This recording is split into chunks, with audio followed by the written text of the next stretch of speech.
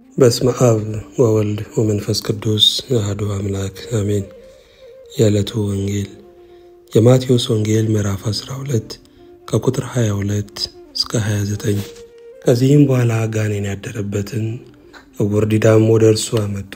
ዕውሩም ዲዳውም እስኪያይና እስኪናገር ድረስ ፈወሰው።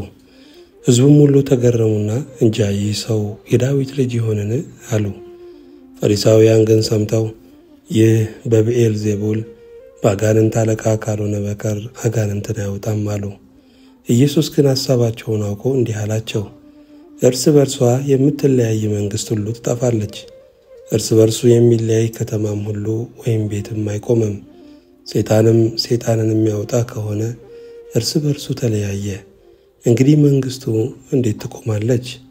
እኔስ በብዔልዜቡል አጋንንትን የማወጣ ከሆንሁ ልጆቻችሁ በማን ያወጧቸዋል? ስለዚህ እነርሱ ፈራጆች ይሆኑባችኋል። እኔ ግን በእግዚአብሔር መንፈስ አጋንንትን የማወጣ ከሆንሁ እንግዲህ የእግዚአብሔር መንግሥት ወደ እናንተ ደርሳለች። ምስጋና ለእግዚአብሔር ይሁን። ሁለተኛይቱ የሐዋርያው የቅዱስ ጳውሎስ መልእክት ወደ ተሰሎንቄ ምዕራፍ 1 ከቁጥር 3 እስከ ፍጻሜ። ወንድሞች ሆይ እምነታችሁ እጅግ ስለሚያድግ የሁላችሁም የእያንዳንዳችሁ ፍቅር እርስ በርሳችሁ ስለሚበዛ ሁልጊዜ ስለ እናንተ እግዚአብሔርን እንደሚገባ ልናመሰግን ግድ አለብን። ስለዚህ በምትታገሱበት በስደታችሁና በመከራችሁ ሁሉ ከመጽናታችሁና ከእምነታችሁ የተነሳ በእግዚአብሔር አብያተ ክርስቲያናት ስለ እናንተ ራሳችን እንመካለን። ስለ እርሱ ደግሞ መከራ ለምትቀበሉለት ለእግዚአብሔር መንግሥት የምትበቁ ሆናችሁ ትቆጠሩ ዘንድ ይህ የእግዚአብሔር ቅን ፍርድ ምልክት ነው። ጌታ ኢየሱስ ከሥልጣኑ መላእክት ጋር ከሰማይ በእሳት ነበልባል ሲገለጥ መከራን ለሚያሳያችሁ መከራንም ለምትቀበሉ ከእኛ ጋር ዕረፍትን ብድራት አድርጎ እንዲመልስ በእግዚአብሔር ፊት በእርግጥ ጽድቅ ነውና። እግዚአብሔርን የማያውቁትን ለጌታችንም ለኢየሱስ ክርስቶስ ወንጌል የማይታዘዙትን ይበቀላል። በዚያም ቀን በቅዱሳኑ ሊከብር ምስክርነታችንንም አምናችኋልና በሚያምኑት ሁሉ ዘንድ ሊገረም ሲመጣ ከጌታ ፊት ከኃይሉም ክብር ርቀው በዘላለም ጥፋት ይቀጣሉ። ስለዚህም ደግሞ እንደ አምላካችን እንደ ጌታም እንደ ኢየሱስ ክርስቶስ ጸጋ የጌታችን የኢየሱስ ክርስቶስ ስም በእናንተ ዘንድ ሊከብር እናንተም በእርሱ ዘንድ ልትከብሩ አምላካችን ለመጥራቱ የምትበቁ አድርጎ ይቆጥራችሁ ዘንድ የበጎነትንም ፈቃድ ሁሉ የእምነትንም ሥራ በኃይል ይፈጽም ዘንድ ስለ እናንተ ሁል ጊዜ እንጸልያለን። ምስጋና ለእግዚአብሔር ይሁን። ሁለተኛይቱ የሐዋርያው የቅዱስ ጴጥሮስ መልእክት ምዕራፍ 3 ከቁጥር 14 እስከ ፍጻሜ። ስለዚህ ወዳጆች ሆይ ይህን እየጠበቃችሁ ያለ ነውርና ያለ ነቀፋ ሆናችሁ በሰላም በእርሱ እንድትገኙ ትጉ። የጌታችንም ትዕግሥት መዳናችሁ እንደሆነ ቁጠሩ። እንዲህም የተወደደው ወንድማችን ጳውሎስ ደግሞ እንደ ተሰጠው ጥበብ መጠን ጻፈላችሁ። በመልእክቱም ሁሉ ደግሞ እንደነገረ ስለዚህ ነገር ተናገረ። በእነዚያ ዘንድ ለማስተዋል የሚያስቸግር ነገር አለ። ያልተማሩትና የማይሰኑትም ሰዎች ሌሎችን መጻሕፍት እንደሚያጣምሙ እነዚህን ደግሞ ለገዛ ጥፋታቸው ያጣምማሉ። እንግዲህ እናንተ ወዳጆች ሆይ ይህንን አስቀድማችሁ ስለምታውቁ በአመፀኞቹ ስህተት ተስባችሁ ከራሳችሁ ጽናትም እንዳትወድቁ ተጠንቀቁ። ነገር ግን በጌታችንና በመድኃኒታችን በኢየሱስ ክርስቶስ ጸጋና እውቀት እደጉ። ለእርሱ አሁንም እስከ ዘላለም ድረስ ክብር ይሁን፣ አሜን። ምስጋና ለእግዚአብሔር ይሁን። የሐዋርያት ሥራ ምዕራፍ 4 ከቁጥር 13 እስከ 27። ጴጥሮስና ዮሐንስም በግልጥ እንደተናገሩ ባዩ ጊዜ መጽሐፍን የማያውቁና ያልተማሩ ሰዎች እንደሆኑ አስተውለው አደነቁ። ከኢየሱስም ጋር እንደነበሩ አወቋቸው። የተፈወሰውንም ሰው ከእነርሱ ጋር አቁሞ ሲያዩ የሚመልሱትን አጡ። ከሸንጎም ወደ ውጭ ይወጡ ዘንድ አዘው በእነዚህ ሰዎች ምን እንስራ? የታወቀ ምልክት በእነርሱ እጅ እንደተደረገ በኢየሩሳሌም ለሚኖር ሁሉ ተገልጧልና እንሸሽገው ዘንድም አንችልም። ነገር ግን በሕዝቡ ዘንድ አብዝቶ እንዳይስፋፋ ከእንግዲህ ወዲህ ለማንም ሰው በዚህ ስም እንዳይናገሩ እየዛትን እንዘዛቸው ብለው እርስ በርሳቸው ተማከሩ። ጠርተውም በኢየሱስ ስም ፈጽመው እንዳይናገሩና እንዳያስተምሩ አዘዟቸው። ጴጥሮስና ዮሐንስ ግን መልሰው እግዚአብሔርን ከመስማት ይልቅ እናንተን እንሰማ ዘንድ በእግዚአብሔር ፊት የሚገባ እንደሆነ ቁረጡ። እኛስ ያየነውንና የሰማነውን ከመናገር ዝም ማለት አንችልም አሏቸው። እነርሱም እንደምን እንደሚቀጡ ምክንያት ስላላገኙባቸው እንደገና ዝተው ከሕዝቡ የተነሳ ፈቷቸው።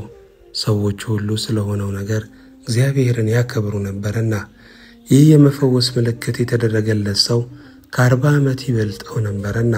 ተፈተውም ወደ ወገኖቻቸው መጡና የካህናት አለቆችና ሽማግሌዎች ያሏቸውን ሁሉ ነገሯቸው። እነርሱም በሰሙ ጊዜ በአንድ ልብ ሆነው ወደ እግዚአብሔር ድምፃቸውን ከፍ አደረጉ፣ እንዲህም አሉ።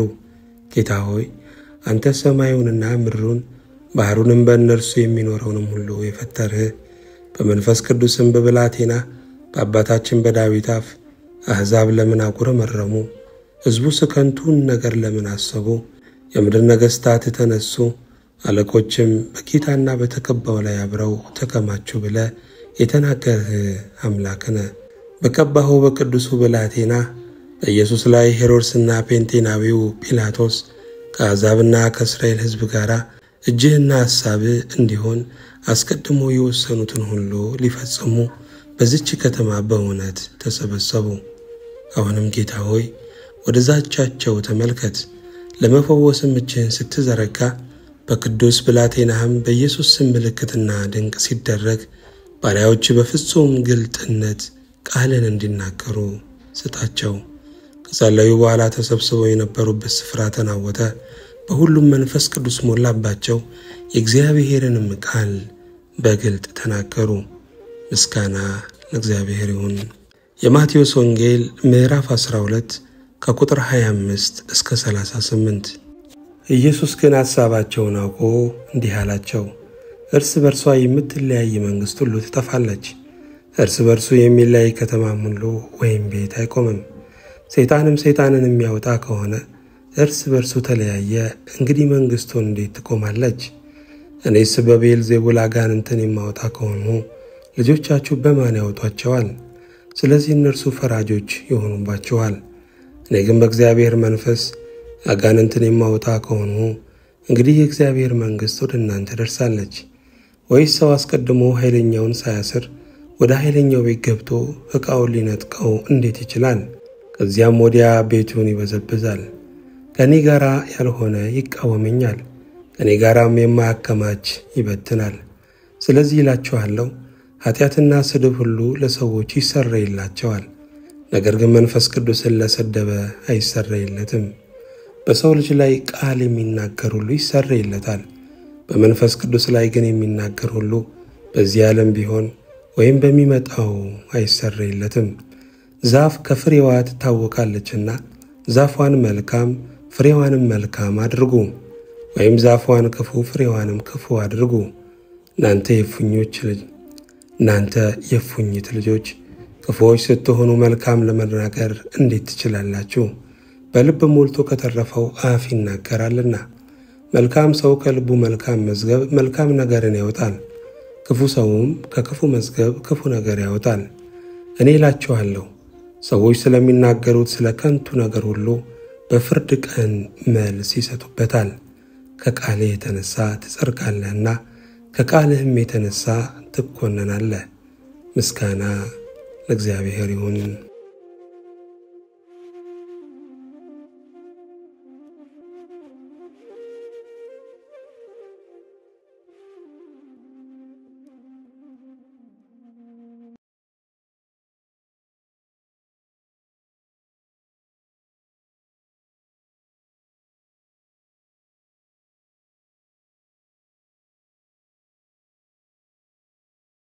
ቀኝ እጅህም ብታሰናክል ቆርጠህ ከአንተ ጣላት። ሙሉ ሰውነት በገሃነም ከሚቃጠል ይልቅ ከአካላት አንድ ቢጠፋ ይሻላልና። ሚስቱን የሚፈታ ሁሉ የፍችዋንም ጽሕፈት ይሰጣታል ተባለ። እኔ ግን እላችኋለሁ ያለ ዝሙት ምክንያት ሚስቱን የሚፈታ ሁሉ አመንዝራ ያደርጋታል፣ የተፈታችውንም የሚያገባ ሁሉ ያመነዝራል። ምስጋና ለእግዚአብሔር ይሁን።